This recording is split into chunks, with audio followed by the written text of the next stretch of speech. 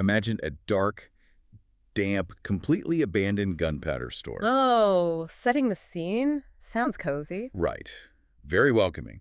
And there's this orb-weaving spider, which is an animal usually content to just, hide in the deepest, safest crevices it can find. Yeah, they like to stay out of sight. Exactly. Yeah. But suddenly it starts behaving completely against its own survival instincts. Mm. It abandons its web entirely. Which is a huge red flag. Huge. Yeah. And it begins this slow, deliberate march toward a breezy, highly exposed location. It locks its legs onto a surface, and then it just dies. Wow. Yeah. And then a few days later, this pale, branching fungal growth just erupts outward from its lifeless body and releases like thousands of spores into the air to go claim its next victims. It is quite literally a scene straight out of a biological horror movie. It really is. And the wild thing is this is happening constantly in the microscopic world right beneath our feet. It's terrifying. But here is the real twist. The scientists who discovered this mind-controlling, zombifying death fungus decided to name it after the single most beloved, soothing, grandfatherly figure in the history of British television. Sir David Attenborough. Sir David Attenborough. Today is Saturday, May 9, 2026, which means yesterday marked his monumental 100th birthday. Happy birthday to an absolute legend. Truly. So to celebrate, we are taking a deep dive into an incredible stack of sources today. We've got his biographical Wikipedia entries, some really dense academic papers on environmental communication, and this brand new Smithsonian Magazine article that was published just for his centenary. Yeah, and the mission for our deep dive today is to explore a truly remarkable phenomenon. We're looking at how he didn't just document the natural world as a broadcaster, but how he actively shaped the field of biological sciences. Yeah, he really left a mark. A massive mark. I mean, he has inspired so many researchers that over 50 living and extinct organisms are now actually named after him. 50? That's wild. Yeah. So we're going to connect the dots between those late-night television documentaries you might have grown up watching and the absolute cutting edge of global taxonomy and conservation. Okay, let's unpack this. Yeah. Because we aren't just talking about, a cute, fluffy animal being named after him here or there. Right. No. If we want to understand how a broadcaster managed to inspire legions of rigorous, peer-reviewed PhD scientists, we really have to look at the mechanics of his communication. Oh, absolutely. Looking at the sources, he completely rejected that traditional booming, voice of God narration that totally dominated early wildlife films. He did. He pioneered what media historians actually call his patented semi-whisper. Oh, I like that term, semi-whisper. It perfectly describes it. Right. If you listen closely to his cadence, he doesn't lecture you. When he's creeping through the undergrowth, he talks to you as if he is, like, revealing a secret that only you are in on. Yes.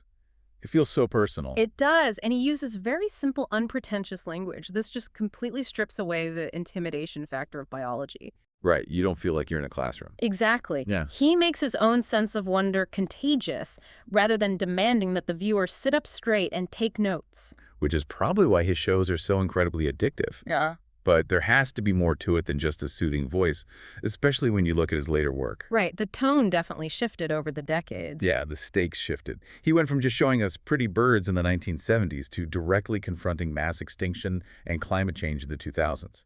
And there is a very deliberate structure to how he handles that shift.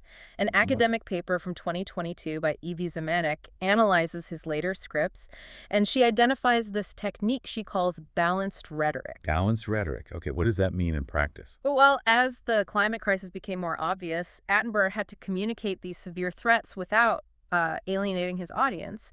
If a documentary only shows irreversible destruction, like burning forests, starving polar bears, the human brain actually protects itself through psychological fatigue. Oh, sure. Viewers just shut down. They become totally apathetic. Right, the doom fatigue. Like, if the ship is already sinking, I might as well hit the buffet. Exactly. But Attenborough doesn't let you check out like that. No, he really doesn't. Zemanek points out that he expertly balances that vulnerability with actionable hope. He shows the extreme fragility of an ecosystem, which triggers your empathy, but he immediately pairs it with a pathway to recovery. I see. You see this perfectly modeled in his 2021 speech at the COP26 climate summit. He didn't frame humanity as some sort of parasitic plague on the Earth. He actually called humanity the greatest problem solvers to have ever existed on Earth. Oh, wow. He kind of weaponizes optimism That's a great way to put it. by saying, yes, we built the machines that caused this, which means we have the engineering capacity to unbuild it. Hmm. He gives the viewer a job to do. He does. He empowers them. And this makes me think about his documentaries as a sort of like a gateway bug, a highly accessible entry point. A gateway bug. I love that. Yeah.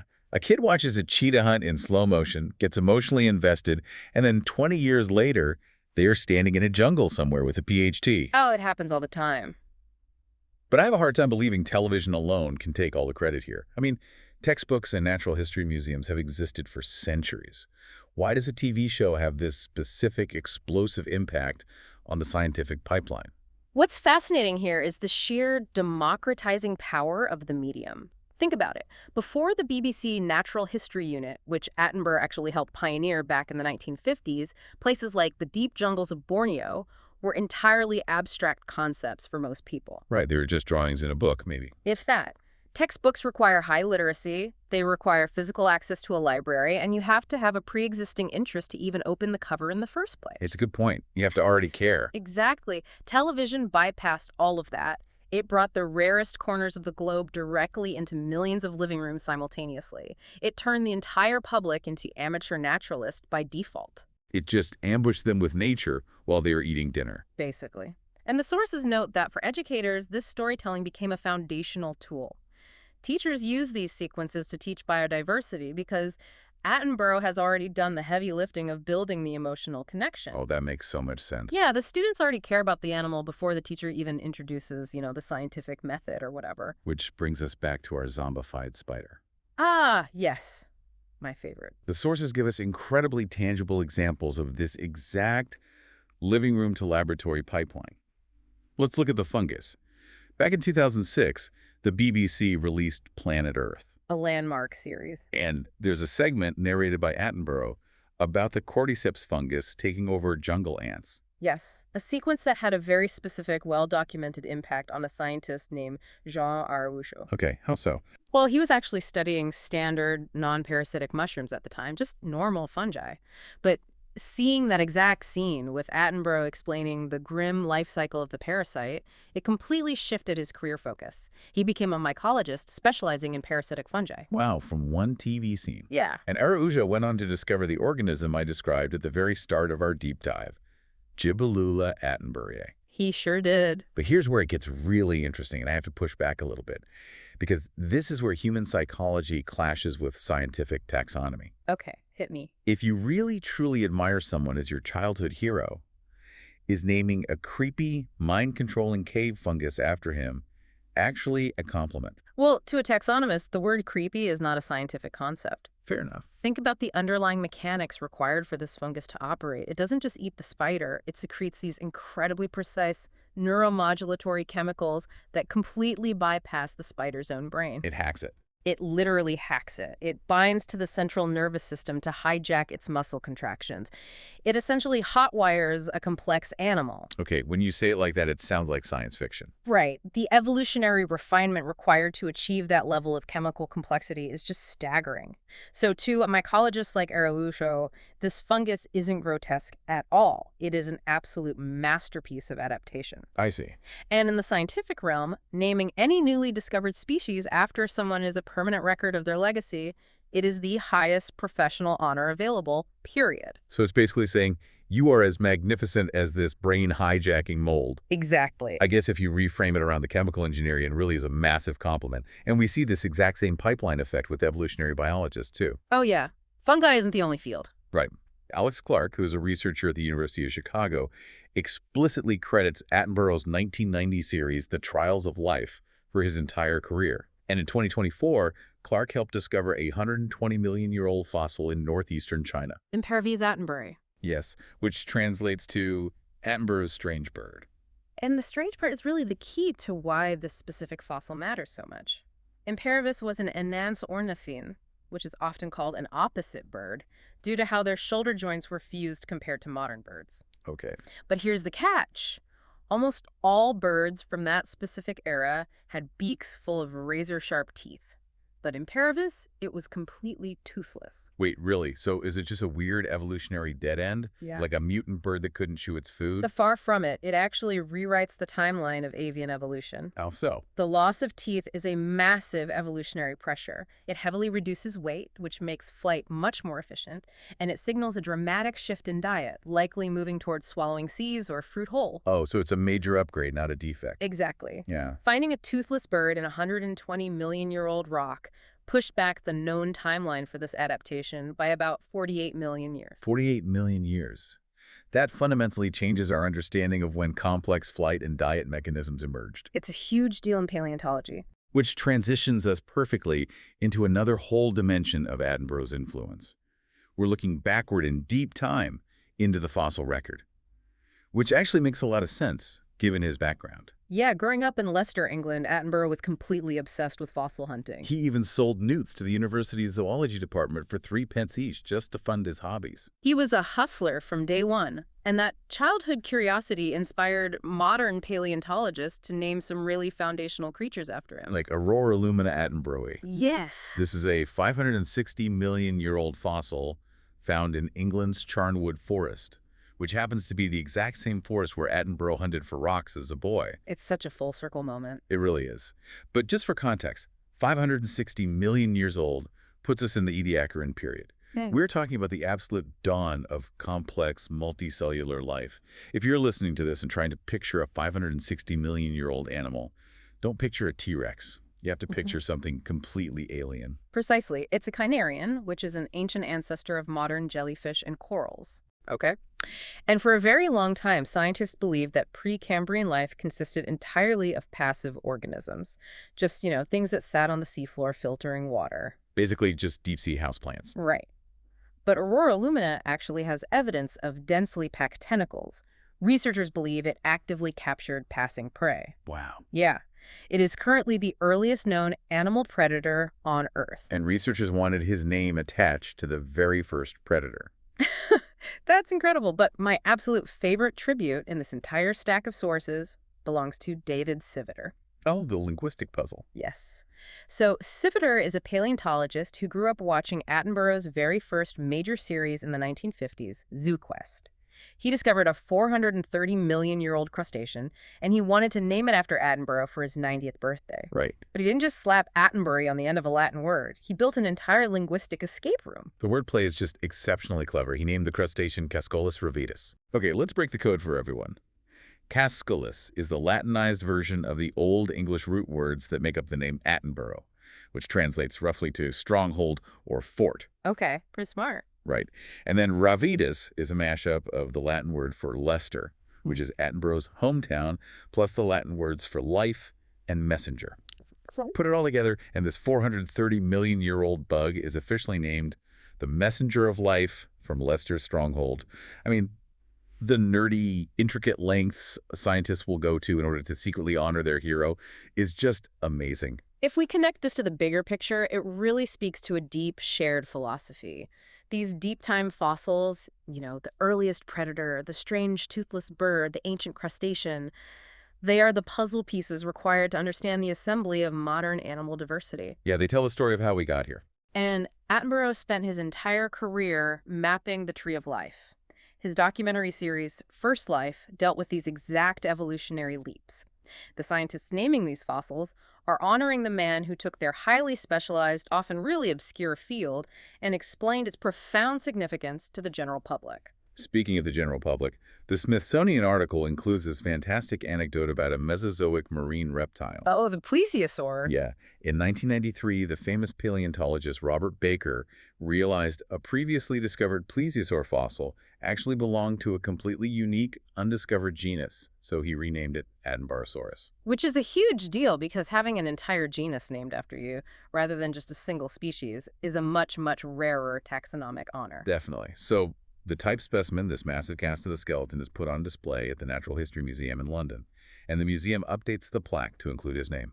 So Attenborough goes to the museum, stands right next to the giant skeleton of the Attenboroughsaurus, and leans against the rail, just waiting for people to notice that the famous man on the plaque is standing right there next to the dinosaur. And nothing. He gets completely ignored by every passing visitor. Nobody noticed.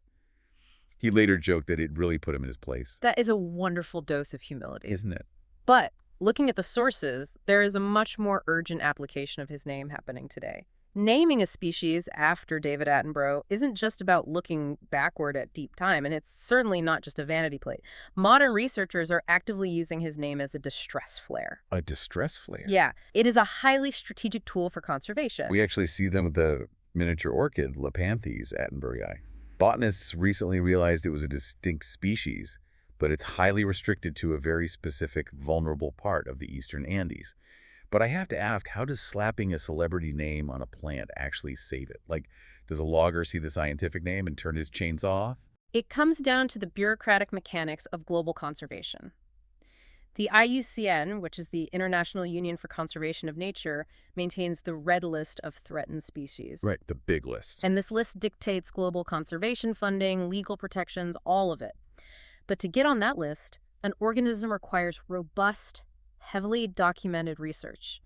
And nobody writes a global news headline about new miniature orchid discovered. Yeah, that doesn't really get the clicks. No. It remains obscure, it stays underfunded, and it's totally vulnerable. But if you name it Lepanthes attenborei, Suddenly, the BBC writes an article, Smithsonian Magazine covers it. ah, That media attention generates public pressure, which unlocks grant money for researchers to map its exact habitat.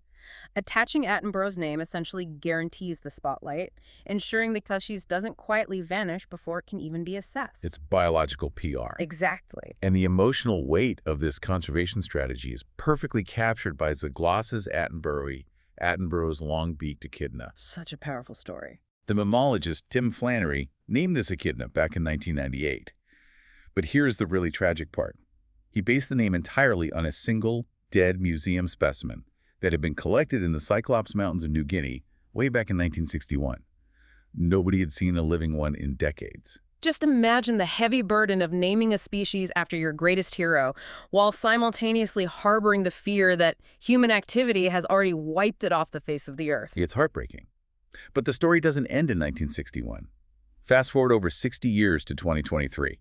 An expedition sets up camera traps deep in those exact mountains, and they catch it. Live footage of Attenborough's echidna waddling through the dark forest. Flannery actually happened to be in London when the news broke. He went straight to Attenborough's house, pulled out his phone, and showed him the footage right there. He said Attenborough's nearly brought to tears. Because it validates decades of agonizing conservation effort. It proves that the natural world still retains incredible resilience if we just give it a chance to recover. It highlights exactly why taxonomists are in a desperate race against time to categorize these fragile ecosystems before they disappear forever. Which brings us to the final naming tribute in our sources, and it shifts the focus in a really brilliant way. Oh, the phytoplankton. Yes.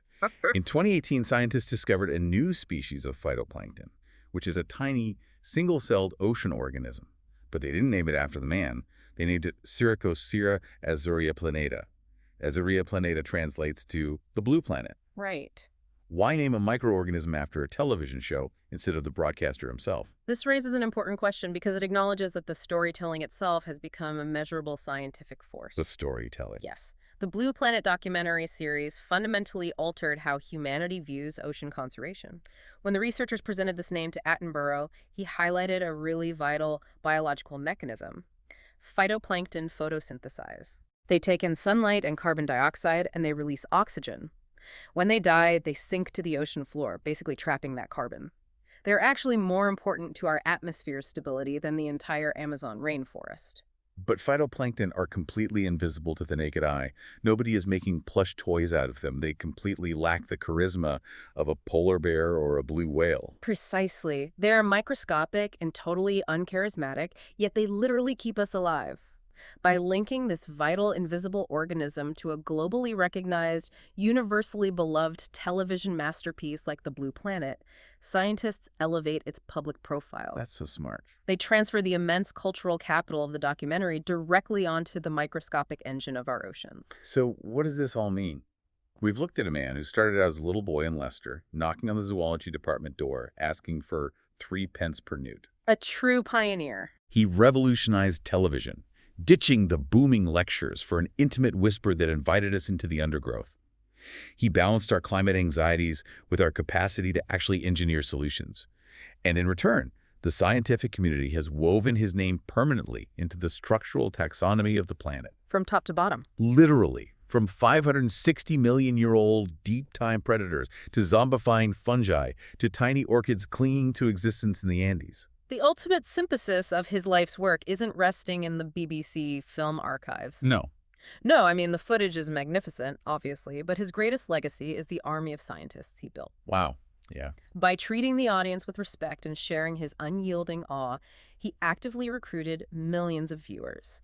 He ensured that there will be a robust generation of stewards, researchers, and problem solvers actively defending the Earth long after his 100th birthday. And that leads to a deeply provocative thought to leave you with today. If discovering and naming a new species is the ultimate scientific achievement, the final puzzle piece in mapping out life on Earth, and if human activity is currently accelerating a sixth mass extinction, how many undiscovered Attenboroughs of the natural world are we losing every single day? It's a staggering thought. How many weird, wonderful, ecosystem-saving species are vanishing before they even get a name, let alone a multi-million-dollar documentary series? Next time you step outside, take a cue from the man himself. Look closely at the mud, the bark, and the leaves. The natural world is not static. You might just be the one to find the next great marvel. A living legacy, just waiting in the undergrowth to be discovered. Immortality isn't a stone pyramid. Immortality is simply paying attention. Thanks for joining us on this deep dive. We'll catch you on the next one.